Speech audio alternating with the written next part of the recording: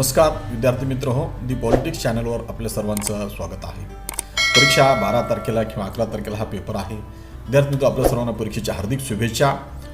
आज आपण BA third इयरचा इंडियन पॉलिटिकल थिंकर्स हा जो पेपर आहे, भारतीय राजकीय विचारवंत, या पेपरची काही MCQ पाहणार आहोत। मागच्या व्हिडिओमध्ये आपण 20 MCQ पाहिलेली आहेत, त्या पुढच्या व्हिडिओमध्ये आपण पुन्हा 20 MCQ पाहणार आहोत। परीक्षेला आपण जेवढा अधिक सराव कराल, कारण आपण पाहतो की MPSCची मुलं 200 प्रश्नासाठी लाखो प्रश्नांचा सराव करतात आणि आपण एवढं सुद्धा करायला तयार नाही। जे विद्यार्थी अधिक सराव करतील ते विद्यार्थी अधिक पैकी मार्क घेतील।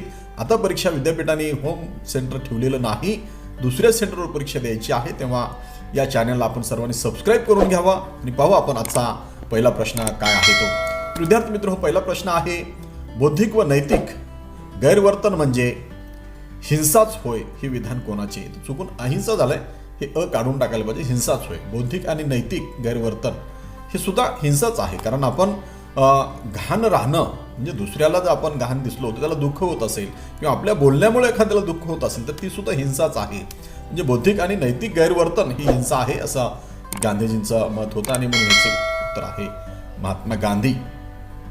उलट एक शब्दाचं जर तेवढंच लावल्यामुळे याचा अर्थ उलटा होतो, हे काढून टाकलं पाहिजे। बौद्धिक व नैतिक गैरवर्तन म्हणजे हिंसाच होय असं ते विधान आहे। त्यानंतरचा प्रश्न आहे प्रश्न क्रमांक 22, सत्य म्हणजे परमेश्वर असे कोण मानत होते? हे महात्मा गांधीजींचं प्रसिद्ध विधान आहे। गांधी प्रारंभी परमेश्वर हेच सत्य आहे असं म्हणत होते, पण गांधींनी आपल्या विधानामध्ये नंतर बदल केला। गांधींनी सांगितलं की मला फक्त भागवत धर्म माहीत होता म्हणून मी हे म्हणत होतो, जगामध्ये ईश्वर न मानणारी आणि ईश्वराच्या रूपामध्ये दुसऱ्या ह्यांना मानणारी अनेक लोक आहेत, त्यामुळं त्यांनी ह्या विधानामध्ये अनुभवातून बदल केला। सत्य हेच परमेश्वर असं त्यांनी म्हटलेलं आहे। त्यानंतरचा प्रश्न आहे प्रश्न क्रमांक 23, महात्मा गांधींनी सत्याग्रहाचे कोणते साधन सुचविले? महात्मा गांधींनी सत्याग्रहाचे बहिष्कार, असहकार, उपोषण जे वरील सर्वच साधन त्यांनी सुचवलेली आहेत। त्यानंतरचा प्रश्न आहे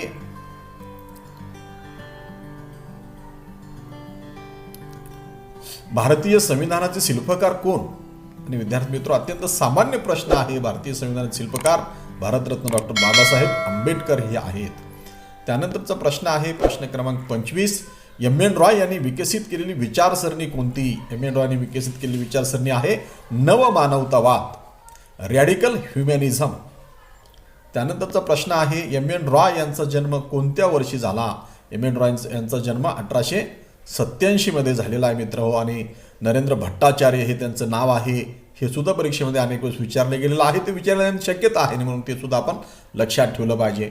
त्यानंतरचा प्रश्न आहे प्रश्न क्रमांक 27, भारताला गांधीवाद हानिकारक ठरेल असे कोणी म्हटले? आणि हे म्हणण्याचं धाडस M.N. रॉयनीच केलेलं होतं आणि M.N. रॉय गांधीवादाला सुरुवातीला विरोध करत होते।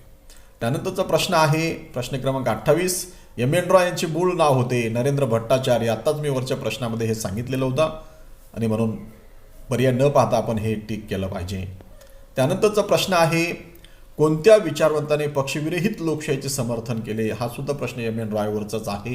M.N. रॉयनी पक्षविरहित लोकशाही, कारण त्यांनी रॅडिकल ह्युमॅनिझम नावाची पार्टी स्थापन केलेली होती, पण त्यांनी नंतर तिचं विसर्जन केलं। न्यायमूर्ती शगला वगैरे त्यांच्या पक्षातले होते, त्यांनी सांगितलं की कार्यकर्त्यांना की मी अज्ञानामध्ये हे जुगार खेळत होतो, पक्षपद्धती म्हणजे जुगार खेळणं आहे, आणि म्हणून त्यांनी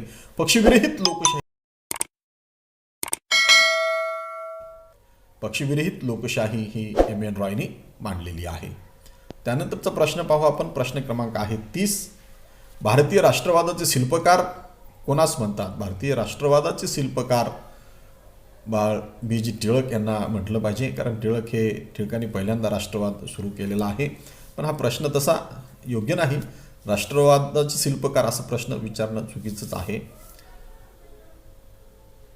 आधुनिक भारताचे शिल्पकार म्हणता आपण पंडित नेहरू सांगू, तसं राष्ट्रवाद तर गांधी यांनी सुद्धा मांडलाय, बाबासाहेबांचा सुद्धा राष्ट्रवाद प्रसिद्धच आहे, पण राष्ट्रवादाचे शिल्पकार हा प्रश्न, या प्रश्नाचं उत्तर बाळ गंगाधर टिळक हेच असलं पाहिजे, कारण त्यांना आपण असंतोषाचे जनक सुद्धा म्हणतो। त्यांनी राष्ट्रीय प्रेरणा लोकांमध्ये निर्माण केली। त्यानंतरचा प्रश्न आहे प्रश्न क्रमांक 31, नवमानवतावाद हा ग्रंथ कोणी लिहिला? हा ग्रंथ M.N. रॉय यांनी लिहिलेला आहे। याच्यामध्ये M.N. रॉय पर्यायामध्ये दिलेलं नाही, म्हणून वरीलपैकी नाही याचं उत्तर येईल। त्यानंतरचा प्रश्न आहे प्रश्न क्रमांक 32, चतुसूत्री कार्यक्रम कोणत्या विचारवंतांनी मांडला? आणि हा लोकमान्य टिळकांनी मांडलेला आहे। प्रश्न आपण बरोबर वाचला पाहिजे आणि पर्यायसुद्धा बारकाईने वाचली पाहिजेत. पर्यायामध्ये ते नसेलच तर आपण वरीलपैकी नाही हा पर्याय टिक केला पाहिजे. त्यानंतरचा प्रश्न आहे प्रश्न क्रमांक 33. लोकमान्य टिळकांचे निधन कोणत्या वर्षी झाले? आणि विद्यार्थी मित्र आपल्या सर्वांना ज्ञात आहे 1 मे 1 ऑगस्ट 1920ला, ज्या दिवशी अण्णाभाऊ साठेंची जयंती आहे आणि टिळकांची पुण्यतिथी आहे आणि ती देशभरात मोठ्या प्रमाणात साजरी होते. आणि म्हणून आपल्याला 1920 हे टिळक युगाचं शेवट असलेलं आहे आणि तिथून गांधी युगाला प्रारंभ होतो हे आपल्या लक्षात असलं पाहिजे. 1920 हे ते वर्ष आहे. त्यानंतरचा प्रश्न आहे कोणत्या विचारवंताला महात्मा गांधीजींचे अहिंसात्मक तत्त्वज्ञान मान्य नव्हते? हे एम एन रॉयला मान्य नव्हतं. त्यानंतरचा प्रश्न पाहू आपण. प्रश्न क्रमांक आहे 35. रॅडिकल ह्युमॅनिस्ट हे साप्ताहिक कोणी सुरू केले? हे एम एन रॉयचंच आहे. Radical humanist. त्यानंतरचा प्रश्न पाहू आपण. मार्क्सवादाचा वर्गीय दृष्टिकोनातील अतिरिक्त आग्रह कोणी अमान्य केले? वर्गीय दृष्टिकोनात अतिरिक्त आग्रह एम एन रॉयने अमान्य केला आणि ते पुन्हा गांधीवादी झाले. पूर्ण त्याचं असं चक्र आहे विचाराचं. नंतर मग ते पुन्हा रॅडिकल ह्युमॅनिस्ट झाले. असं त्यांनी मोठी झेप मारलेली आहे. सुरुवातीला मार्क्सवादी, लेनिनवादी, पुन्हा मग ते गांधीवादी, पुन्हा मग ते नवमानवतावादी. त्यानंतरचा 37वा प्रश्न आहे हिजरत हे सत्याग्रहाचे साधन कोणी सांगितले? हे गांधींनी सांगितलेलं साधन आहे सत्याग्रहाचं. हिजरत म्हणजे देश सोडून जाणे. त्यानंतरचा प्रश्न आहे प्रश्न क्रमांक 38. कोणत्या भारतीय विचारवंताच्या मार्गदर्शनाखाली मेक्सिकोत कम्युनिस्ट पक्षाची स्थापना करण्यात आली? हे एम एन रॉय याचं उत्तर आहे. एम एन रॉयने मेक्सिकोमध्ये पक्षाची स्थापना केलेली आहे. त्यानंतरचा प्रश्न आहे प्रश्न क्रमांक 39. 1942मध्ये गव्हर्नर जनरलच्या कौन्सिलमध्ये डॉक्टर बी आर आंबेडकर यांच्याकडे कोणत्या खात्याची जबाबदारी सोपविण्यात आली होती? ही कामगार खात्याची जबाबदारी सोपविण्यात आली होती. मजूर मंत्री होते ते. लेबर मिनिस्टर, मजूर मंत्री, कामगार खात्याची जबाबदारी सोपवण्यात आली. त्यानंतरचा 40वा प्रश्न आहे शेवटचा प्रश्न आहे. विद्यार्थ्यांनी लक्ष द्या.